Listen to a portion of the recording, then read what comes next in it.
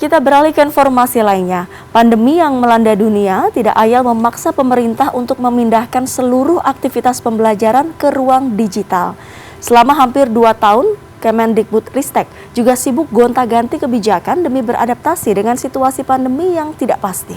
Terakhir, melalui SKB 4 Menteri, pemerintah memutuskan untuk membuka kembali sekolah tatap muka secara penuh mulai 2022 ini. Pandemi mengubah seluruh lini kehidupan manusia. Sektor pendidikan menjadi salah satu pilar yang ikut karut-marut dihantam pandemi. Di tengah situasi yang hingga kini belum terang ujung pangkalnya, pemerintah pun dipaksa bermanuver dengan sejumlah kebijakan untuk menekan potensi penularan di satuan pendidikan. Maret 2020, Menteri Pendidikan dan Kebudayaan Nadiem Makarim memutuskan untuk menghentikan seluruh aktivitas belajar tatap muka di semua jenjang pendidikan. Belajar di ruang digital atau dikenal dengan istilah pembelajaran jarak jauh (PJJ) menjadi realitas baru yang tak terelakkan. Berbagai kendala dan tantangan pun muncul, mulai dari infrastruktur seperti jaringan listrik dan internet hingga faktor sumber daya manusia yang belum mendukung. Komisi Pelindungan Anak Indonesia atau KPAI mencatat dari Maret hingga November 2020, KPAI menerima 800 aduan dari masyarakat. Mayoritas aduan ini berkaitan dengan beratnya penugasan yang diberikan oleh guru kepada siswa. Tak hanya anak, orang tua juga dibuat kewalahan dengan mekanisme PJJ ini. Selama PJJ itu bagi orang tua yang belum terbiasa 2 tahun ini merupakan pekerjaan yang sangat-sangat sulit ya, apalagi dengan berbagai keterbatasan, belum yang sinyal lah ini gitu yang kadang-kadang bikin pusing 7 keliling. Pemerintah pun mencari solusi atas rentetan masalah yang muncul. September 2020, pemerintah menggelontorkan anggaran sebesar 7,8 triliun untuk subsidi paket data bagi tenaga pengajar dan murid. Januari 2021, pemerintah pusat memberikan diskresi bagi pemerintah daerah yang ingin melakukan pembelajaran tatap muka.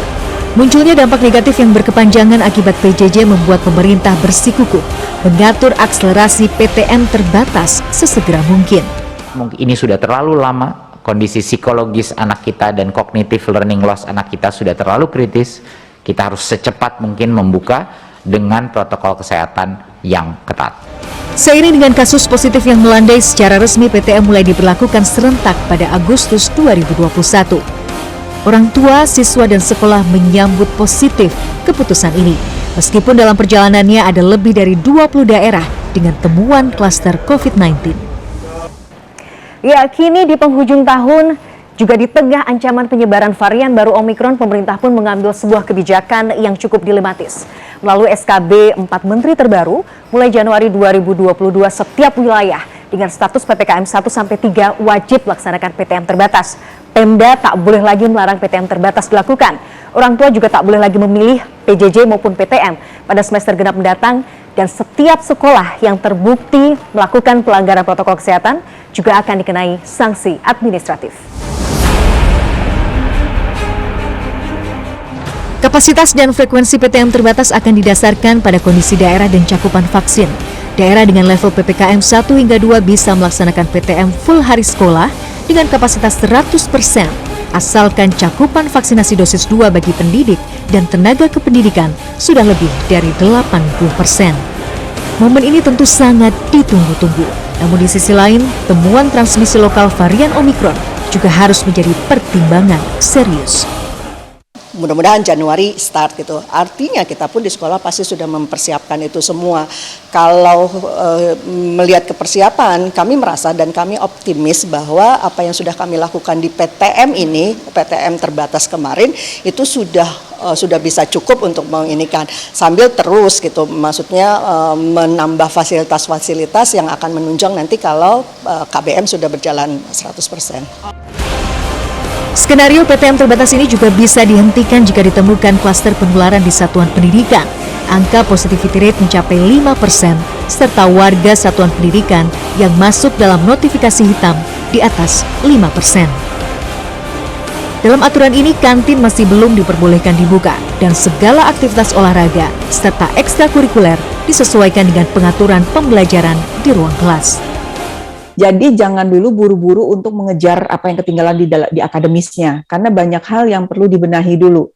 Jadi kalau menurut saya yang dikembalikan adalah anak kembali menyenangi datang ke sekolah. Senang datang ke sekolah, merasa nyaman di sekolah gitu ya. Dan satu hal lagi yang perlu diingat adalah yaitu tadi setiap anak membawa cerita sendiri-sendiri. Ya, tak hanya kesiapan teknis yang tak boleh dilupakan, pelaksanaan PTM juga harus mengedepankan adaptasi dan kesiapan mental para peserta didik. 2 tahun terakhir, pandemi membuat kita semua teramat letih. Belum lagi soal tarik ulur di sektor pendidikan. Di tengah situasi yang belum terkendali, pemulihan pendidikan tentu mendesak untuk dilakukan, namun negara tetap berkewajiban untuk memastikan pembelajaran dilakukan demi keselamatan dan juga kesehatan anak-anak kita. Meladia Rahma, Julian Asri, Jakarta.